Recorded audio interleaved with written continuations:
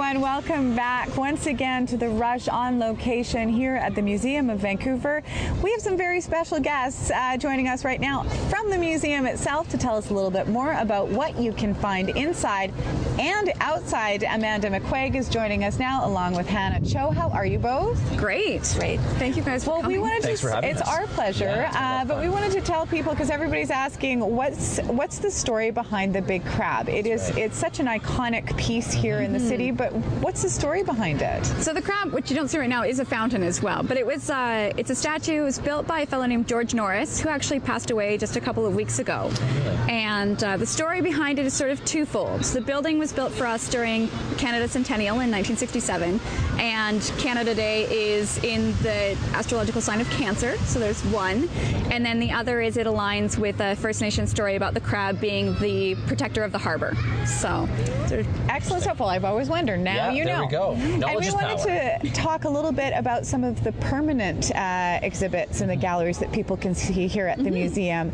Maybe we can start off talking about the 1900s gallery that's here. Yeah, so we've got, actually a lot of people don't know, we've got 4 galleries in the far side of the museum that does the history of from 1900s to 1970s. So in the 1900s, one of my favorite pieces is the actual old ticket booth from the Wing Sang building. So it's a great little piece. And it also has a little bit of Chinatown, a little bit of West End history as well. We're looking, there it is. Yeah, so we talk about the different kind of industry that was actually here in the 1900s, that the West End at one point was the piece of property that was far away from Gastown, which was downtown. It's a bit of a suburb.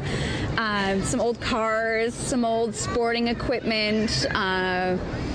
Very cool. So people can see these exhibits year-round? Yeah, they're permanent exhibitions, so they are available all the time. And it's so neat to learn about your city. You know, so often we, with technology, forget to go out and do stuff like going to the museum, but there's a lot of history to be learned, and we have a really cool story in Vancouver as well. Absolutely. And there's so many different streams of stories through our permanent exhibitions. I still go through and find things. Really? There's, yeah, in our, so the next gallery over is our 20s and 30s, so looking sort of at Depression era. And you see some great old bookends that are the City of Vancouver building. And then this hilarious display that's an old hairdressing salon that looks a bit like a bit of a torture chamber. Like she's hooked up to this whole We had an image of that earlier. Thing. Yeah. It's kind of awesome. Yeah, it's totally I've been to some salons like that myself, actually. Yeah, I can see that. You got your hair going on. Now, the next piece of footage that we're going to look at one of the exhibits is the Japanese internment camps display. Not a proud part of Canadian history, but Certainly tell us about this gallery. So this is also in the 30s and 40s gallery, and for me it was one of the things that made me really love the museum. It was basically seeing the way that our curators have actually brought in all aspects of history, whether it's something to be proud of or something that we can learn from and really know about. And I think it's such an important part of Vancouver's history. Why do we have a Japantown that's completely empty? This is why, and it talks about the impact of that long term. So important to know the good and the bad of where you live. Yeah. Now, I think we've got some footage of the torture devices that you were talking about, the hairstyling. Now, this part is from the 50s and the 60s, is that right? This is in the 30s and 40s as well, so it's pretty early on, and it's the fun thing about it is the curling irons and stuff. You sort of recognize from things like 1800s films like Jane Austen things. You're like, how do you not burn yourself where you're using these? There's just no way. Okay, let's talk about the 1970s. This is, of course, the disco era. Tell us what people will see at this part of the exhibit. So in the 1970s, we've got the legendary Smiling Buddha sign, which is a favorite of many, many people's. We've got a really great hippie house that kids really love to go in there. They can try on hippie clothes. Lots of protests, but one of my favorite pieces is about the freeway that never was. Right. So we hear a lot. This is sort of what the Georgia Street Viaduct is. The one remaining piece of that. There was supposed to be a highway right kind of through Vancouver, and it was protested, and the mayor wasn't a big supporter, so it never went forward. Is that right? That's right. They started to build it, and there was actually, I'm trying to think of his name. Harwood is his last name, and one of the streets in the Olympic Village is named after him. He sort of led the charge of saying, really, along our waterfront, you want to put a freeway, and they wanted to build another bridge through Drew Stanley Park that went to the North Shore as well. Gotta thank him for that one. The bike lanes of the 1970s. Controversial. Exactly. Okay, and Hannah, we wanted to talk specifically to you about these fantastic walking tours. What are these and how can people do them? So we have a brand new app that we're launching on Tuesday. It's called The Visible City, Vancouver's Neon Stories. And basically in 2011, we installed a semi-permanent installation of beautiful neon signs.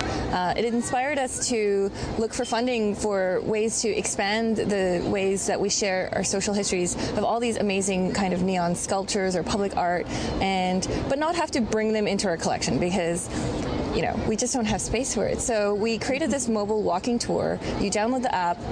It enables you to go on this guided walking tour through either Granville or Chinatown, which we call neon neighborhoods. And you can use augmented reality to kind of use your phone, hold it up to a building which might not have a sign anymore, like Foo's Ho Ho or where the Smiling Buddha used to be, and hear stories about and see photos about that location while you're standing right in front of it. So we're really encouraging you to take the museum in your pocket and hit the streets with it. So cool to be able to engage people through technology while educating them about the history of Vancouver. Yeah. It's a great way to collect stories as well. People can add to it. Yeah. So can people contact you if they know something specific about? Absolutely. There's a place where you can, like it, you can heart it, and you just press a button and say, how the world's changed. Exactly. Like everyone likes to just push a button and say, I like this. But it's a nice way to kind of feel like you and 500 other people really love the Orpheum sign on Granville Street. It's a way of pitching in that way. Or there's a spot where you can upload your own photos through a Flickr feed, or write your own comment or share a story about, when your mom proposed to, or your dad proposed to your mom, or vice versa. Where the Smiling Buddha used to be. So, which is a real story, actually, from one of the band members from 5440. That's what happened. We actually interviewed 5440 inside there with the sign because, of course, the history. And what is the history for those who don't know about the Smiling Buddha sign, the Smiling Buddha Cabaret? The Smiling Buddha Cabaret, Vancouver used to have this amazing punk scene right in the epicenter of, Hastings, and East Hastings doesn't look like it now, but it used to be the heart and soul of Vancouver's punk scene in the 60s, it's so funny people don't know that about Vancouver. Yeah, and so places like the Smiling Buddha Cabaret was this hopping venue where you would have DOA and all these other bands kind of come of age in terms of performance and having these wild parties. So Cool.